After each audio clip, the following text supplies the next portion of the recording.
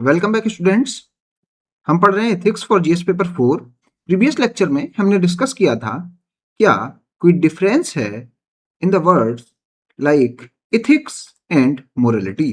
तो उसमें हमने कंक्लूड किया था दोनों की वर्ड्स सिमिलर ही हैं, बस बोलने वाले उसको अलग अलग बोलने लगते हैं। जैसे प्रोफेशनल्स कहते हैं ये दोनों डिफरेंट हैं, जबकि फिलोसोफर्स और जो लर्नेड एकेडमिशियंस हैं वो इनको सिमिलर बताते हैं। तो एज पर प्रोफेशनल्स क्या इनमें डिफरेंस हो सकता है, एक बार जानने की कोशिश करते हैं। आल्दो ये कोई सेंस नहीं बनता इसको करने का, तो ये आपको अभी पूछा नहीं जाएगा, लेकिन फिर भी क्योंकि प्रोफेशनल बोल रहे हैं तो हम इसको एक बार देखते हैं। Refers to professional values, conducts and principles. Ethics is all about professional ethics. तो ये प्रोफेशनल वैल्यूज हैं, कंडक्ट्स हैं एंड प्रिंसिपल्स हैं। तो अगर ये प्रोफेशनल वैल्यूज हैं तो ये क्या नहीं है? ये नहीं है पर्सनल वैल्यूज। तो पर्सनल वैल्यूज कहाँ पे देखी जा रही हैं? पर्सनल वैल्यूज मोरालिटी में देखी जा रही हैं। तो इसको ही कहते हैं पर्सनल मोरालिटी कहिए या मोरालिटी कहिए। इसके अलावा पर्सनल मोरालिटी के अलावा एक कस्टमरी मोरालिटी है, इसको भी प्रोफेशनल मोरालिटी में ही रखते हैं, जबकि एथिक्स को वो आइडियल स्टैंडर्ड बताते हैं। मींस जैसे हम आइडियल गैस और रियल गैस का कंसेप्ट पढ़ते हैं ना साइंस में, वैसे ही एथिक्स को ये आइडियल बताते हैं। Conveys the sense of stability and permanence. ये कहते हैं एथिक्स जो है, क्योंकि प्रोफेशन में बहुत जल्दी कुछ चेंज होता नहीं है इन इट्स एथिकल वैल्यूज, इसीलिए इसमें स्टेबिलिटी एंड परमानेंस दिखेगी। मींस जो आप कोड ऑफ एथिक्स देखते हैं किसी भी प्रोफेशन के कोड ऑफ एथिक्स, जैसे मेडिकल एथिक्स की बात करें तो उसमें जो अटमोस्ट इंपॉर्टेंस की बात है वो किसकी है? Saving a life of a person. ये लाइफ सेविंग की बात है, लाइफ सेविंग। तो ये जल्दी चेंज नहीं होगी, इसीलिए स्टेबिलिटी एंड परमानेंस की बात है। यहां पर मोरालिटी में ये प्रोफेशनल्स क्या कहते हैं? मोरालिटी में change acceptable in social behaviour and cultural change. तो जैसे सोसाइटी चेंज होती है एंड कल्चर चेंज होता है, वैसे ही आपकी मोरालिटी भी चेंज हो जाती है। अब आपका एक डाउट आना चाहिए, सर कल्चर क्या होता है? What is culture? तो बहुत सारी इसकी डेफिनेशंस हैं कल्चर की। जैसे कुछ लोग कहते हैं कि art, architecture, music, dress, festivals, उसके अलावा बहुत कुछ, इसको ये बहुत सारे स्कॉलर्स कल्चर में ही रखते हैं। स्टूडेंट्स को ये बात समझ में नहीं आती है। मेरा मानना ये है नेचर के अलावा जो भी कुछ है वो है कल्चर। जैसे आप एक ह्यूमन बीइंग के रूप में बॉर्न हुए तो आप ह्यूमन बीइंग थे, उसके बाद आपकी क्लॉथिंग हुई, आपने कपड़े पहने, वो भी एक कल्चर का पार्ट है। आपने एक लैंग्वेज सीखी, वो भी एक कल्चर का पार्ट है। आपने एक रिलीजन को चूज किया या रिलीजन आपकी फैमिली ने आपको दिया, वो भी एक कल्चर का पार्ट है। आपकी फैमिली जो आपके आसपास है वो भी एक कल्चर का पार्ट है। तो नेचर में जो भी कुछ आपको दिखता है उसके अलावा जो भी कुछ है वो कल्चर है एज पर मी। तो ये अच्छा सा तरीका है कल्चर को डिफाइन करने का। तो बहुत सारे स्कॉलर ये बोलते हैं जैसे कल्चर बदलता है या यूं कहें सोसाइटी बदलती है, वैसे वैसे लोगों के मोरल वैल्यूज बदल जाती हैं। इसका एग्जांपल हम अभी देखेंगे नेक्स्ट पेज पर। When our behavior violates ethics, then we experience threat of social ostracization. Means अगर हम इथिक्स के कोड को वायलेट कर देते हैं तो समाज हमें ऑस्ट्रेसाइज्ड कर देता है। मींस इसमें जो रिजल्ट है, अगर आपने कुछ गलत किया तो सेम की फीलिंग आती है, जबकि when our behaviour violates moral values या morality then we feel guilt. यहां पर गिल्ट की फीलिंग है, गिल्ट का इमोशन है, और यहां पर सेम का इमोशन है। अब कुछ स्टूडेंट्स कहेंगे सर हमें ये दोनों कीवर्ड्स सिमिलर ही लगते हैं, सेम और गिल्ट। तो मैं जब आपको इमोशनल इंटेलिजेंस बता रहा हूंगा तब इनमें डिफरेंस भी बताऊंगा, लेकिन अभी आप जाइए कि यहाँ पर इमोशन गिल्ट है, यहाँ पर इमोशन शेम है। तो इट सिंबलाइजेस सोशल लाइफ। अब कुछ स्टूडेंट्स कहेंगे सर यहाँ पर भी आप सोशल लाइफ ही तो बता रहे थे, कल्चर एंड कम्युनिटी, लेकिन इसका जो रेमिफिकेशन है वो पर्सनल लेवल पर है। मीन्स आप पर्सनल लेवल पर कैसा कस्टम और कल्चर फॉलो कर रहे हैं, जबकि यहाँ पर जो अगर एथिकल कोड वायलेट होता है तो रेमिफिकेशन सोशल होता है, और इसमें होता क्या है, आप रिस्पेक्ट लूज करते हैं। यहाँ पर क्या है, guilt is an aversive state that is caused as a result of moral transgression, losing respect in one's eyes, मतलब खुद की आंखों में गिर जाना ही गिल्ट होती है। और ये मोरलिटी जब नहीं होगी तब होगा, जबकि इथिक्स के कोड को आप वायलेट करेंगे तो आप सेम की फीलिंग आएगी, सेम का इमोशन आएगा, और आप दूसरों की आंखों में, अदर्स, ये इंपॉर्टेंट कीवर्ड है, अदर्स, दूसरे की आंखों में रिस्पेक्ट को लूज कर देंगे, और यहाँ पर आप खुद की आंखों में रिस्पेक्ट लूज कर देंगे। ये ही एक डिफरेंस है और कुछ नहीं। अब लेकिन दोनों कुछ सिमिलर भी हैं। Both ethics and morals do behaviour regulation. अब देखिए यहाँ पर गिल्ट की बात है, यहाँ पर सेम की बात है, तो आप समझ जाइए कि इनकी वजह से ही आप अवॉइड करना चाहेंगे ये इमोशंस, ये इमोशंस मेरी लाइफ में ना आए। तो आप क्या करेंगे, आप मोरलिटी से गाइड होंगे या फिर एथिकल कोड से गाइड होंगे। Generally morals are more powerful than ethics. इसका मीनिंग क्या है, देखिए आप पहले पर्सनल होते हैं, पहले आपकी पर्सनल लाइफ होती है, फिर होती है प्रोफेशनल लाइफ। प्रोफेशनल लाइफ अगर आप यहीं पर मोरलिटी लूज कर दें, मोरल वैल्यूज या जो गुड वैल्यूज हैं वो लूज कर दें, तो चांसेस कम है कि आप प्रोफेशनल लाइफ में भी एथिकल होंगे। इसलिए कहा जाता है morals are more powerful than ethics. अगर हम माने कि दोनों टर्म डिफरेंट हैं तो morals and ethics are the set of standards that society places on itself, individual places on itself to guide its or their choices, behavior और actions। देखिए ये डेफिनेशन मैंने यहाँ पर इसलिए लिखी, इस डेफिनेशन से फिर पता लग रहा है कि मोरल और एथिक्स इंटरचेंजेबली यूज्ड होने वाले वर्ड हैं, और ऐसा कुछ भी आप डिफ्रेंसिएशन ना करें तो बढ़िया है। अब कुछ लोग वेन डायग्राम बना देते हैं, बोलते हैं इथिक्स यहाँ पर है और मोरलिटी यहाँ पर है, और इनमें जो भी कॉमन एरिया है वो ये है, और बोल रहे हैं अगर आपको ये कन्फ्लिक्ट हटाना है, मोरलिटी और एथिक्स वाला ये डेफिनेशन ही हटानी है, तो वेन डायग्राम कैसा होना चाहिए, ऐसा। ये मान लीजिए एथिक्स है और ये ही कहीं मोरलिटी हो जाए। इसका मीनिंग क्या है, एथिक्स और मोरलिटी तभी सिमिलर होंगी जब आपके personal moral principles, personal moral values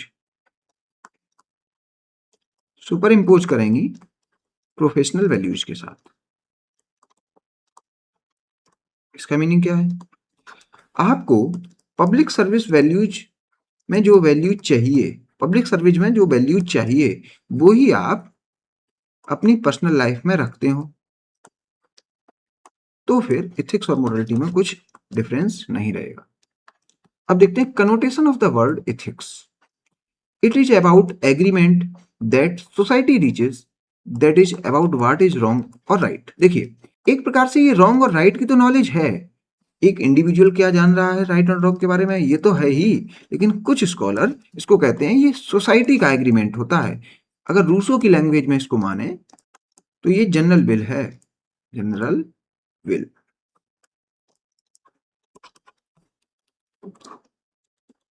it is concern with the process of valuing actions right और रॉन्ग। तो एथिक्स में क्या हो रहा है, हम वैल्यू करते हैं राइट और रॉन्ग को, मींस जज करते हैं। वैल्यू का मीनिंग यहां पर क्या है, जजिंग। हम जज करेंगे कौन बेहतर, अच्छा बेहतर या बुरा बेहतर। It is concern with the universal principal which guide our behaviour. एक तो ये जजमेंट की बात है, दूसरा बिहेवियर रेगुलेशन की बात है। इथिक्स की नॉलेज हमारे बिहेवियर को रेगुलेट करती है। It is concern with how the people act. तो ये सोचने भर की बात नहीं है, ये एक्शन की भी बात है। Motivation for choices and conduct. तो देखिए एक तो आप चॉइसेस की बात है और फिर कंडक्ट की भी बात है। तो आप क्या सोच रहे हैं और क्या कर रहे हैं, ये दोनों चीजें डिसाइड होती हैं किससे? एथिकल वैल्यूज से। ये कनोटेशन है वर्ड एथिक्स का, या यूं कहें मोरलिटी का। अब देखिए, अभी तक जो हमने देखा, एथिक्स से ये पता लगा, ये क्या है? ये कुछ राइट और रॉन्ग की जानकारी है, ये कुछ बिहेवियर रेगुलेशन के बारे में है, अपने चॉइसेस के बारे में है, और कंडक्ट के बारे में है। क्या ऐसी ही बात स्कॉलर्स भी कह रहे हैं? देखते हैं। Jacques Thiroux, ethics focus on what is right और wrong in human behaviour and conduct. तो ये भी कह रहे हैं कि राइट और रॉन्ग की बात है, और किस में? बिहेवियर में और कंडक्ट में। आप क्या सोच रहे हैं और क्या कंडक्ट कर रहे हैं, और उसमें राइट और रॉन्ग का जो फिल्टर है वो लगा रहे हैं या नहीं। Louis Pojman, a branch of philosophy. देखिए, इसलिए मैंने आपको फिलोसफी के बारे में कुछ बताया था कि फिलोसफी क्या होती है। अभी हम आगे भी इस पर बात करेंगे। तो ये पहली बात तो ब्रांच ऑफ फिलोसफी है, exploring how we ought to live. तो हमें कैसे रहना चाहिए, and the discovery of right and wrong. और खोज करते रहने चाहिए क्या सही है और क्या गलत। तो देखिए, राइट, रॉन्ग और टू लिव, फिलोसफी, जो मोस्ट इंपॉर्टेंट कीवर्ड है वो मैंने यहीं पर हाईलाइट कर दिए हैं। रिवीजन में आपको बहुत कम समय लगेगा। जोसन एंड हेलेजर्स, a body of prescriptions and prohibitions, dos and don'ts, क्या करना है क्या नहीं करना है। बेंथम क्या कह रहे हैं? एथिक्स में be styled as the art of self government. तो अभी हम सेल्फ रेगुलेशन की बात करेंगे। सेल्फ रेगुलेशन, इसकी बात कौन बहुत कर रहा है? महात्मा गांधी भी बहुत इसकी बात करते हैं। तो ये कह रहे हैं एथिक्स क्या है? Art of self government, that is self regulation, self control, self discipline. Kristen क्या कह रहे हैं? Ethics is concern about what is right, fair, just और गुड। पता करना क्या राइट है, क्या फेयर है, क्या जस्ट है, क्या गुड है। अब ये कीवर्ड्स आपको सिमिलर ही लग रहे होंगे, लेकिन जब मैं आपको डियोंटोलॉजी, टेलियोलॉजी, टेलियोलॉजी, वर्च्यू एथिक्स, इनके बारे में बता दूंगा, तो आप डिफरेंस कर पाएंगे कि फेयरनेस यहां पर देखी जा रही है, गुड की जो बात है वो टेलियोलॉजी में देखी जा रही है, वो गुडनेस पर बहुत फोकस करते हैं, जबकि राइट की जो बात है वो डियोंटोलॉजी में देखी जा रही है। तो ये जो वर्ड्स हैं इनका डिफरेंस भी आपको समझ में आ जाएगा जब हम डिटर्मिनेंट्स ऑफ एथिक्स चैप्टर कर रहे होंगे। Whether helping your friend which is weak in studies through cheating is good और बैड। तो हेल्पिंग और चीटिंग में आपको चूज करना है, और आप परप्लेक्स्ड समझ में आ रहे हैं, तो आपको किस सब्जेक्ट की मदद लेनी है? तब आपको एथिक्स काम आएगी। तो ये प्रैक्टिकल एक्सप्लेनेशन बताया एथिक्स का। Ethics is knowledge that describes right, wrong, appropriate, inappropriate.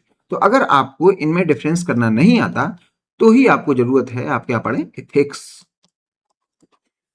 Ethics is branch of philosophy that is concern with human conducts. तो ये जो डेफिनेशन है वही है जो हमने यहां पर पहले पढ़ी थी। ये देखिए, एथिक्स एज पर second ARC fourth report on ethics in governance. तो सेकेंड एआरसी रिपोर्ट का टाइम पीरियड मुझे आप कमेंट सेक्शन में बताएं। Ethics is a set of standards that society places on itself that helps guide behaviours, choices and actions. तो इन्होंने इसको larger context में बोला, लेकिन काम वही बताया कि ये गाइड करती है किसको? बिहेवियर, चॉइस और एक्शंस को। तो सोर्सेस ऑफ एथिक्स की बात करें क्या है? Ethics drives from culture. तो एथिक्स के बारे में आप जानकारी कहां से लेते हैं? अपने कल्चर से ले लेते हैं, मीन्स आप अपने रिलीजन से ले लेते हैं। और कल्चर में क्या है? लैंग्वेज से भी एथिक्स की जानकारी मिल जाती है। Society, family, law, constitution, means law भी आपके एथिकल सेंस को गाइड करता है। अभी मैं आपको एक केस बताऊंगा जहां पे जो अपने एक्स सीजीआई साहब हैं वो कह रहे हैं constitution is a moral document. तो कॉन्स्टिट्यूशन में जो भी कुछ लिखा है वो अपने लिए क्या है? एथिक्स, मोरल डॉक्यूमेंट की बात करें। फिर देखिए, ethics is a branch of philosophy that involves systematic study of human actions from the point of view of its rightfulness or wrongfulness. देखिए, मैंने जो कीवर्ड्स इसमें थोड़े से बड़े किए हैं वो क्या, ह्यूमन एक्शंस, राइटफुलनेस, रॉन्गफुलनेस और देखिए philosophy. The term ethics is derived from the ancient word ethos, which means custom, human character, disposition. Ethics is also called moral philosophy because of it is concerned with the search for a definition of right conduct and good life. तो वही बात जो हमने यहाँ पर पूरा लिखा था, इसको समराइज करके यहाँ पर लिख दिया. देखिए, इससे क्या पता लगा, एथिक्स कुछ भी नहीं है. पहली बात तो ये ब्रांच ऑफ फिलॉसफी है, राइट और रॉन्ग की नॉलेज है, अपने कंडक्ट को गाइड करता है, हमें कैसे जीना चाहिए ये बताता है, सेल्फ रेगुलेशन की बात करता है, कुछ सेट ऑफ स्टैंडर्ड तय करता है. ये सभी इथिक्स है. और सोर्सेस ऑफ इथिक्स क्या हो सकते हैं, culture, religion, society, family, law, constitution. बस इतनी सी बात है एथिक्स में. The Encyclopedia of Philosophy provides the following meanings of ethics. Ethics can be general pattern or way of life as in Buddhist ethics. तो देखिए, अगर बुद्धिस्ट इथिक्स की बात करें तो ये वे ऑफ लाइफ है. It can be set of rules of conduct और moral code such as professional code for law enforcement. तो ये मोरल कोड ऑफ कंडक्ट भी हो सकते हैं, जैसे प्रोफेशनल इथिक्स की बात है. It can be a philosophical inquiry into morality itself. ये जो मैंने आपको बात की थी, epistemology as well as metaphysics, दोनों की बातें हैं कि आपकी नॉलेज कहां से ड्राइव हो रही है एथिक्स की, और what is the meaning of right, right का मतलब क्या. ऐसे कुछ क्वेश्चन भी एथिक्स में हो सकते हैं. Jaksa and Pritchard, ethics is concern with how we should live our life. देखिए, फिर वही बात, जिंदगी कैसे जीनी है. It focus on question about what is right और रॉन्ग, फेयर और अनफेयर, केयरिंग और अनकेयरिंग, गुड और बैड, रिस्पॉन्सिबल और इररिस्पॉन्सिबल एंड द लाइक. ऐसे ही आप थेसिस और एंटीथेसिस निकालिए और लिख दीजिए. Thiroux and Krasemann, ethics deals with what is right or wrong in human behavior and conduct. देखिए, बहुत सारे स्कॉलर्स को मैंने यहाँ कोट किया है, आपको कोई एक या दो उठा लेने हैं, एक को इंट्रो में लिख देना है और कंक्लूजन में एक से जस्टिफाई करा लेना है अपनी डेफिनेशन को, इतना ही भर करना है. लेकिन आपको पता क्या लग गया, it is about right and wrong, good and bad, it is about how to live, it is about self government, it is about set of standards. इतना ही आपको लिख देना है. तो कुछ क्वेश्चंस देखते हैं, fundamental questions. How should we live our lifes, हमें अपनी जिंदगी कैसे जीनी चाहिए. अगर इसका आंसर चाहिए तो क्या मैं कहूंगा, इथिक्स पढ़ लीजिए. What is considered right and wrong, इसका आंसर चाहिए, इथिक्स पढ़ लीजिए. What do concept like duty, good and character actually mean, इसका आंसर चाहिए, इथिक्स पढ़ लीजिए. Who is responsible for setting the standards of right and wrong, इसका answer चाहिए, इथिक्स पढ़ लीजिए. How do we arrive at our moral judgments, इसका answer चाहिए तो मैं कहूंगा इथिक्स में आप पढ़िए determinants of ethics, determinants of ethics. इतनी सी बात है. इतने डिस्कशन से क्या पता लगा, इथिक्स कुछ नहीं है, इन सब का आंसर है.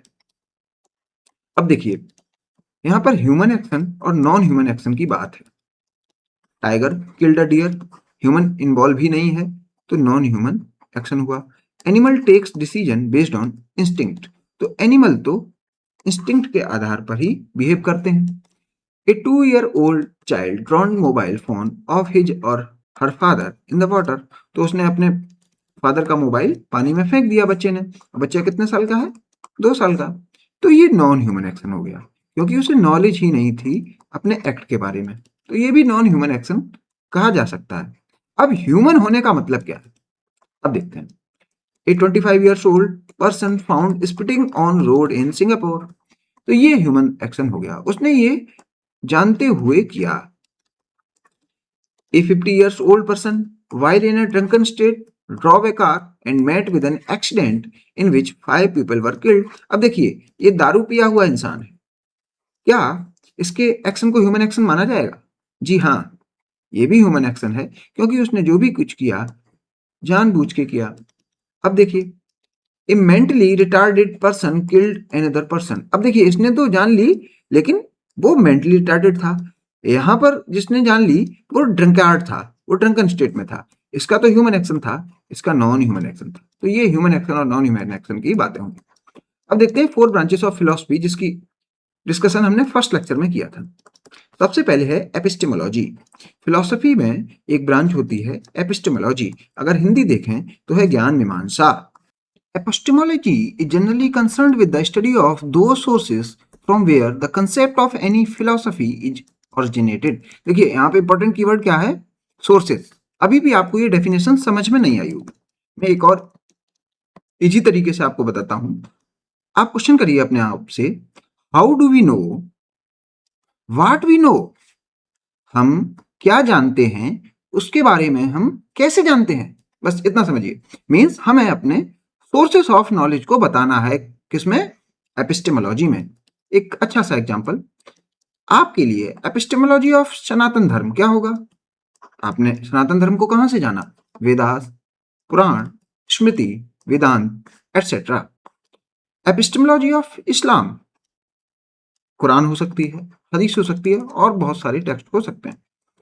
Epistemology explore the nature of knowledge and how we acquire it. तो हमने वो नॉलेज कैसे एक्वायर की, तो अब इसको अप्लाई करिए। आपने नॉलेज कहां से एक्वायर की? यहां से। Questioning the certainty of what we claim to no.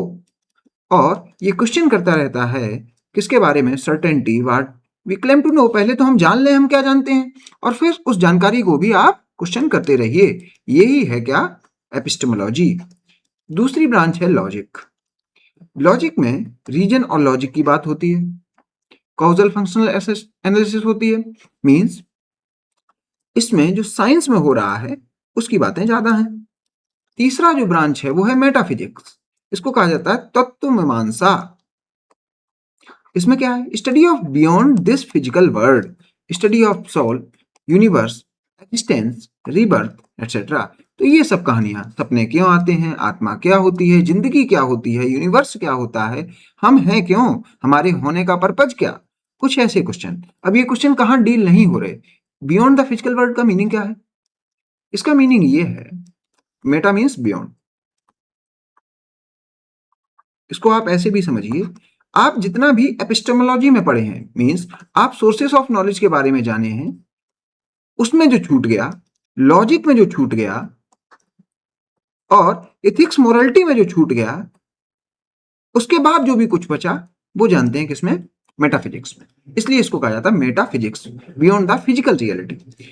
तो एथिक्स और मोरलिटी की बात करें, एथिक्स या कहिए moral philosophy, study from the right of perspective of right and wrong. तो राइट और रॉन्ग के पर्सपेक्टिव से पढ़ते हैं, इसे कहते हैं मोरल फिलॉसफी, और a part of philosophy known as ethics. एक कंसेप्ट है एथिकल रिलेटिविज्म। अब आप कहेंगे सर मैं केस स्टडी सॉल्व करता हूं तो उसका आंसर कुछ और आता है, एक दूसरा स्टूडेंट केस स्टडी सॉल्व कर रहा है उसका आंसर कुछ और है। दूसरी बार आप क्या कह सकते हैं, सर सिमिलर सिनेरियो को मैं जब अपने गांव में लगाता हूं तो मैं कुछ कंक्लूजन पर पहुंचता हूं, और सेम केस को अगर मैं शहर में ले जाऊं तो कंक्लूजन कुछ और जा रहा है। एक और केस देखते हैं। एक केस स्टडी को आप एक सोशल ग्रुप पर लगाइए, उसी केस स्टडी को जब आप दूसरे सोशल ग्रुप पर लगाएंगे तो शायद दूसरा कंक्लूजन आएगा। इसका आंसर देने के लिए जो की टर्म है वो है ethical relativism. It is very subjective to classify any act and ethical और अनएथिकल।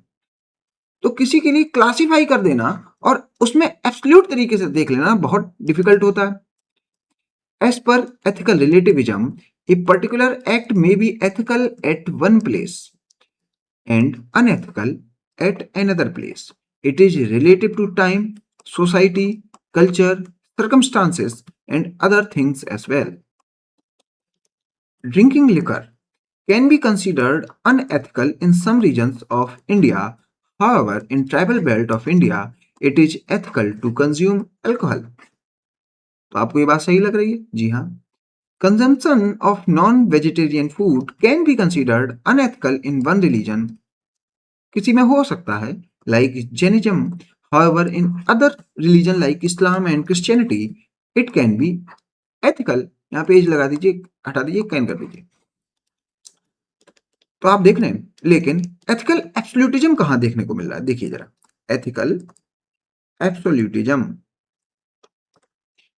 जहां 100% क्लियर है कि ये एक्ट एथिकल है, जहां पे बात आए नेशनल इंटरेस्ट की। नेशनल इंटरेस्ट से बड़ा कोई भी इंटरेस्ट नहीं होता। या जहां पे बात आए कॉन्स्टिट्यूशन की, वहां पर देखिए, our constitution is a moral education document. ये कौन कह रहा है? फॉर्मर सीजीआई चंद्रचूड़ साहब ने कहा था। तो जहां पर कॉन्स्टिट्यूशन वैल्यूज की बात आई, उसमें आपको आंख बंद करके कह देना है यहां पर तो मोरलिटी ही मोरलिटी है। तो अभी हमने देख लिया एथिकल रिलेटिविज्म, और आगे देखेंगे एथिकल एब्सोल्यूटिज्म, और इसको देखेंगे with the perspective of Immanuel Kant. जब इमैनुअल कैंट को पढ़ेंगे तो इनको और थोड़ा देखेंगे कान साहब क्या कह रहे हैं। लेकिन देखते हैं, as a citizen of India everything which is mentioned in our constitution become ethical for us. ये तो चंद्रचूड़ साहब भी बोले हैं, वेदर वी सपोर्ट इट और अपोज इट। तो हमारा पर्सनल जजमेंट कुछ भी हो, लेकिन अगर हम सिटीजन हैं, अगर हम कुछ राइट्स को एज्यूम किए हैं, तो आपको उस एग्रीमेंट में जाना पड़ेगा जो एग्रीमेंट कह रहा है कॉन्स्टिट्यूशन। तो क्योंकि हम ऐसे सिटीजन सोच रहे हैं, तो सिटीजन के लिए तो कॉन्स्टिट्यूशन एक मोरल डॉक्यूमेंट है, एथिकल डॉक्यूमेंट है। अब आप आरक्षण को खराब बोलें या अच्छा बोलें, आप तो सिटीजन हैं। तो concept of positive discrimination, concept of uniform civil code, provision on cow slaughter. तो यूनिफॉर्म सिविल कोड की बात आए, पॉजिटिव डिस्क्रिमिनेशन की बात आए, काउ स्लॉटर पे प्रोविजन की बात आए, ये सब एक्ट आपके लिए होंगे एथिकल। क्यों? जैसे आर्टिकल 44 में यूसीसी का मेंशन है, ये तो अपने कॉन्स्टिट्यूशन में दिया गया है। किस में दिया गया है? डीपीएसपी में। कंसेप्ट ऑफ पॉजिटिव डिस्क्रिमिनेशन कहां दिया गया है? फंडामेंटल राइट्स में दिया गया है। कौन से आर्टिकल में देख सकते हैं आप? 15 में देख सकते हैं, 16 में देख सकते हैं। इन दोनों आर्टिकल में तो तुरंत ही देख सकते हैं। तो और मुझे बताइए कमेंट में, प्रोविजन ऑन काउ स्लॉटर किस आर्टिकल में दिया गया है? कॉन्स्टिट्यूशन के किस आर्टिकल में दिया गया है? कमेंट सेक्शन में बताइएगा। तो ये सब चीजें आपको कॉन्स्टिट्यूशन में लिखी मिल रही हैं, तो फिर आपके लिए ये मोरलिटी हो जाती है, चाहे आप पर्सनली उसको मानते हो या ना मानते हो, क्योंकि आप सिटीजन की तरीके से इंडिया में रह रहे हैं, कुछ एग्रीमेंट में हैं किसी गवर्नमेंट के साथ, तो फिर आपको ये मानना पड़ेगा, क्योंकि आप सोशल कॉन्ट्रैक्ट थ्योरी में हैं और आपका एग्रीमेंट हो गया है किसके साथ? गवर्नमेंट के साथ। तो गवर्नमेंट ने आपसे कुछ राइट्स ले लिए हैं, कुछ ड्यूटीज पकड़ा दी हैं, और प्लस गवर्नमेंट आपको क्या दे रही है? सेफ्टी। तो ये बात हम पढ़ेंगे जब हम सोशल कॉन्ट्रैक्ट थ्योरी पढ़ेंगे। किसकी? Social contract theory of Hobbes. उसमें ये बात और डिस्कस करेंगे। तो एथिकल रिलेटिविज्म से तो पता लग रहा है कि डायनेमिक नेचर ऑफ एथिक्स है। Definition of what is right got changed from time to time. देखिए, टाइम स्केल पर भी राइट रॉन्ग हो जाता है, रॉन्ग राइट हो जाता है। तो समय बड़ा बलवान होता है। एग्जाम्पल,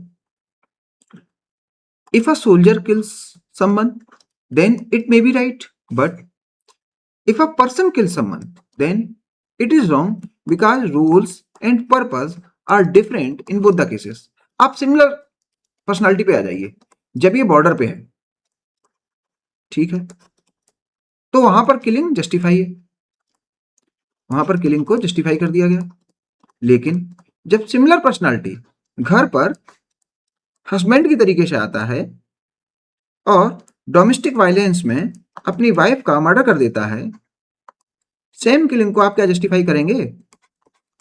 आप कहेंगे नहीं, ये अनएथिकल है। तो समझ में आता है कि जहां रोल चेंज हुआ, टाइम चेंज हुआ, वहां पर एक्ट भी एथिकल और अनएथिकल हो जाते हैं। जैसे हमने देखा था, अपना रोल यहां पर क्या था? सिटीजन का।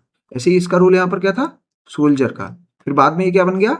Husband involve in domestic violence and killing of his wife.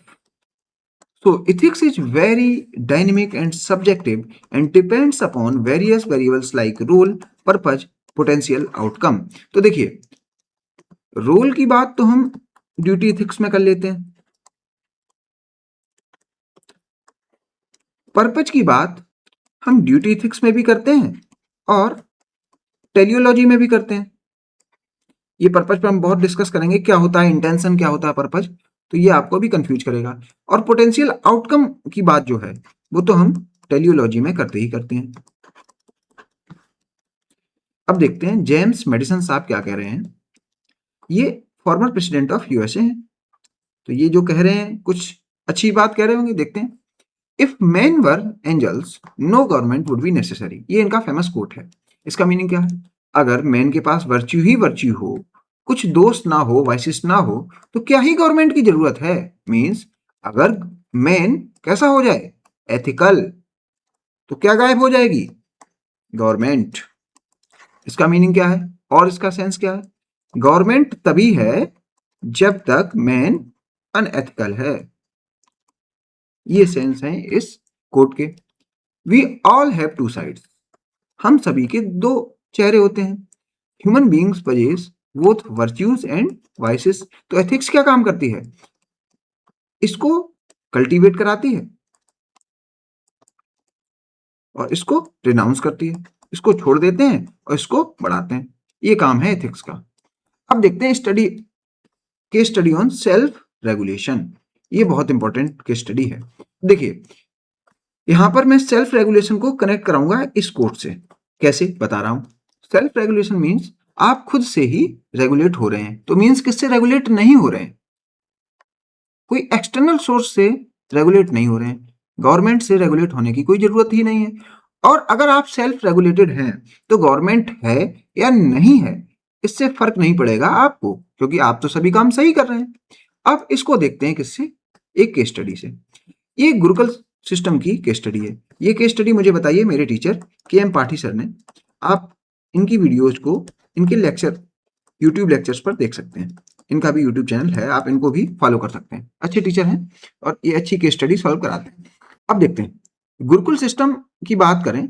यहाँ पर 4 डिसाइपल्स थे, उनके एक गुरु थे।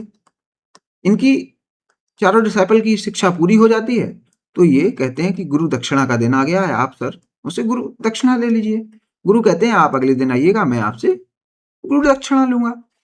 अगले दिन ये सुबह बढ़िया नहा धो के पहुंच रहे हैं गुरु के पास, और गुरु 4 बर्ड्स देते हैं इनको। बर्ड 1, बर्ड 2, बर्ड 3, बर्ड 4, चारों को।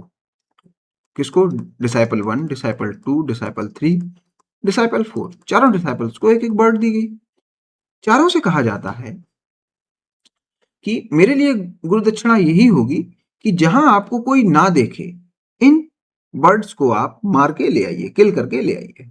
ये कहा किसने? गुरु ने अपने डिसाइपल से, और कहा यही हमारी एक गुरु दक्षिणा होगी, लेकिन ध्यान रखना कोई आपको देखे ना। चलिए, डिसाइपल 1 जाता है, साइड में कहीं देखता है एक कोई नहीं देख रहा होता है, उसने किल किया। ऐसे ही डिसाइपल 2, डिसाइपल 3, ये तीनों 5-7 मिनट में लौट के गुरु के पास आ गए। अब क्या हो रहा है?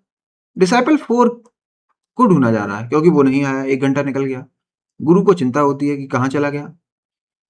अब ये तीनों डिसाइपल और गुरु उसको ढूंढने निकल जाते हैं। वो बेचारा एक साइड कहीं बैठा हुआ मिल जाता है। अब गुरु कह रहे हैं क्या हुआ, आपने तो चिड़िया भी नहीं किल करी, बर्ड 4 आपके हाथ में है और डिसाइपल 4 भी मिल गया। तो उससे पूछ रहे हैं कि आपने इसको क्यों नहीं मारा। तो वो बोल रहा है, गुरुजी, मुझे कोई जगह ऐसी नहीं मिली जहां मुझे कोई नहीं देख रहा था। इसका मीनिंग क्या है? क्योंकि मैं तो सब जगह अपने आप को देख रहा था और मैं सेल्फ को ही देख रहा था। मतलब मेरा जो आत्मा है वो मुझे देख रही थी और मेरी अंतरात्मा इस चिड़िया को मुझे मारने के लिए अलाउ नहीं कर सकती है। So in this case study we can observe that killing a bird can be an ethical act for the disciple number 1, 2 and 3, and they can justify their argument and can say that they were following the words of their guru. But killing a bird can be an unethical act as per the disciple number 4 because he was following his or her inner conscience. तो वो चौथा disciple अपनी अंतरात्मा की आवाज की वजह से उस एक्ट को अनएथिकल कह दे रहा है, जबकि डिसाइपल नंबर 1, 2 एंड 3 कह दे रहे हैं उसको एथिकल एक्ट। ये बात थी इसके स्टडी में। इसमें हमने क्या क्या देखा, अब उस पर बात करते हैं। तो डिसाइपल नंबर जो 4 था वो क्या था? Self regulated. और अगर ऐसे लोग ही पूरे देश में आ जाएं तो क्या इस गवर्नमेंट की जरूरत है? इस पावरफुल स्ट्रक्चर की जरूरत है? मैं गवर्नमेंट जहां भी बोलूंगा वहां पावर की टर्म जरूर लगा दूंगा। मैं ब्यूरोक्रेसी जहां बोलूंगा वहां मैं दो वर्ड जरूर यूज करता हूं आपको याद दिलाने के लिए, राजा और नौकर। आप क्या बनना चाहते हैं? राजा बनना चाहते हैं या नौकर बनना चाहते हैं? तो इसमें हमने क्या देखा? इसमें वैल्यूज क्या देखी? इसमें हमने देखा इंटीग्रिटी। डिसाइपल नंबर 4 जैसा सोचता है वैसे ही एक्ट करता है। उसने कहा नो वन इज वाचिंग। ऐसा हो ही नहीं सकता क्योंकि वो सेल्फ रेगुलेशन में लगा था, वो खुद को रेगुलेट कर रहा था, खुद को वॉच कर रहा था। तो सेल्फ गवर्नेंस वाली बात है, इसको आप कनेक्ट कराइएगा महात्मा गांधी से। स्वराज का जो कंसेप्ट है वो यही है। कंसाइंस की बात है, यहां पर इनर वॉइस की बात है। इसको भी आप मोरलिटी से अंडरस्टैंड कर सकते हैं। अब देखिए एक बड़ा डिफिकल्ट वर्ड है मोरल कंसाइंटियसनेस। मोरल कंसाइंटियसनेस, इसको किस में हम पढ़ते हैं? जब इंटीग्रिटी पढ़ाऊंगा तब आपको मैं बताऊंगा क्या होता है मोरल कंसाइंटियसनेस। लेकिन इसको थोड़ा इजी वर्ड में आपको बताता हूं। मान लीजिए आप प्रॉपर व्हाइट यूनिफॉर्म में है, व्हाइट, ठीक है, जिसमें पेंट आपका व्हाइट है, शर्ट व्हाइट है, सॉक्स व्हाइट है, शूज भी व्हाइट है। चलिए इसको पहन लेना सरल, लेकिन व्हाइट कपड़े को मेंटेन करना कठिन है।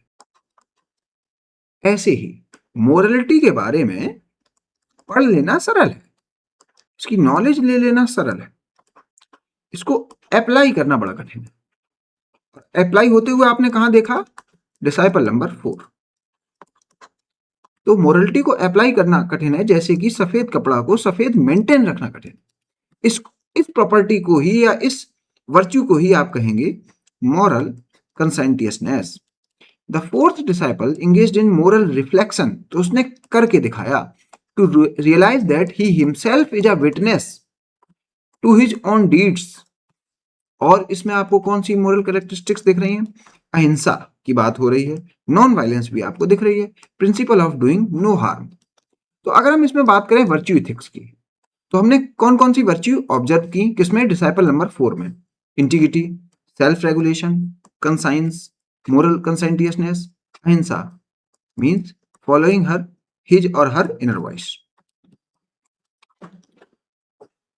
और इस स्टोरी से आपको किसका पता लग रहा है? एथिकल रिलेटिविज्म का भी पता लग रहा है, क्योंकि डिसाइपल नंबर 1, 2 एंड 3 इसको एथिकल बोले देंगे और डिसाइपल नंबर 4 इसको अनएथिकल बोले देगा। अब उसको एथिकल क्यों बोल रहे हैं? क्योंकि वो इसको सेक्रेड ड्यूटी बोल रहे हैं, ग्रेटिट्यूड दिखा रहे हैं। तो उसको ग्रेटिट्यूड जो वर्च्यू है उससे वो जस्टिफाई करने की कोशिश करेंगे। Their moral judgment was context dependent. They believe that the absence of external witness made the act permissible under the specific condition set by authority. तो बेचारे डिसाइपल नंबर 1, 2 एंड 3 ने यही समझा कि मुझे तो बस एक्सटर्नल विटनेस को देखना था। तो देखिए इथिक्स में क्या है? जस्टिफिकेशन। तो यहां पर जस्टिफिकेशन कैसे दिया गया? सेक्रेड ड्यूटी और ग्रेटिट्यूड के रिस्पेक्ट में। जबकि डिसाइपल नंबर 4 एथिकल एब्सोल्यूटिज्म की बात कर रहा है। यहां पर टेलियोलॉजिकल और कंसिक्वेंशलिस्ट अप्रोच किसने लगाई? Disciple 1, disciple 2, disciple 3। इनका एंड क्या था? Completing the guru's task. तो गुरु की आज्ञा का पालन करना ही इनके लिए एथिकल एक्ट था। इनको नहीं देखनी थी क्या चिड़िया की जान बचे या ना बचे। तो ये इस मोरल डायलेमा में रहे, और जबकि वो दूसरे मोरल डायलेमा में रहा। तो सेम के स्टडी से आप समझ गए कि क्या होता है एथिकल एब्सोल्यूटिज्म, क्या होता है एथिकल रिलेटिविज्म, क्या होती है वर्च्यू इथिक्स, क्या होती है डियोंटोलॉजी। आल्दो इस पर हम और भी चर्चा करेंगे। कुछ क्वेश्चंस जो आए हैं प्रीवियस ईयर्स में उस पर बात करते हैं। What does ethics seek to promote in human life? Ethics human life में क्या प्रमोट करती है? क्या आप इस पर लिख सकते हैं? जी हाँ। Why is it all the more important in public administration? देखिए, इथिक्स के बारे में जान भर लेना हमारे लिए इंपॉर्टेंट नहीं है, हमें इसको पब्लिक एडमिनिस्ट्रेशन में अप्लाई करके दिखाना है। तो जो हम सिलेबस डिस्कस कर रहे थे, तो इस बात पर बहुत चर्चा की थी। 2016 explain how ethics contribute to social and human wellbeing. तो इस पर चर्चा अभी आगे भी करेंगे। PYQ 2022 how do ethical values assist in resolution of conflicts faced by an individual in their day to day functioning? तो देखिए, ये कुछ प्रैक्टिकल लेवल की बातें हैं, यही आपसे PYQ में भी पूछा गया है। तो डे टू डे बेसिस में आप कन्फ्लिक्ट को कैसे रिजॉल्व कर रहे हैं थ्रू एथिकल वैल्यूज, ये बताइए। तो आप बहुत सारी केस स्टडी इसमें मेंशन कर सकते हैं, कुछ प्रिंसिपल्स मेंशन कर सकते हैं, आप डियोंटोलॉजी, कंसिक्वेंशलिज्म, वर्च्यू एथिक्स के बारे में आंसर में मेंशन कर सकते हैं, मोरल थिंकर्स का पर्सपेक्टिव दे सकते हैं, रिलीजियस लीडर्स का पर्सपेक्टिव दे सकते हैं। बहुत सारे पर्सपेक्टिव आप इसमें कोट कर सकते हैं। जो इनके मॉडल आंसर्स हैं, मैं एक साथ डिस्कस करूंगा। अभी मैंने आपको बताया कैसे क्वेश्चन पूछे जा रहे हैं। अब नेक्स्ट लेक्चर में हम स्टार्ट करेंगे कंसेप्ट एथिकल लिविंग, और इस लेक्चर सीरीज को कंटिन्यू करेंगे। Thank you, keep learning.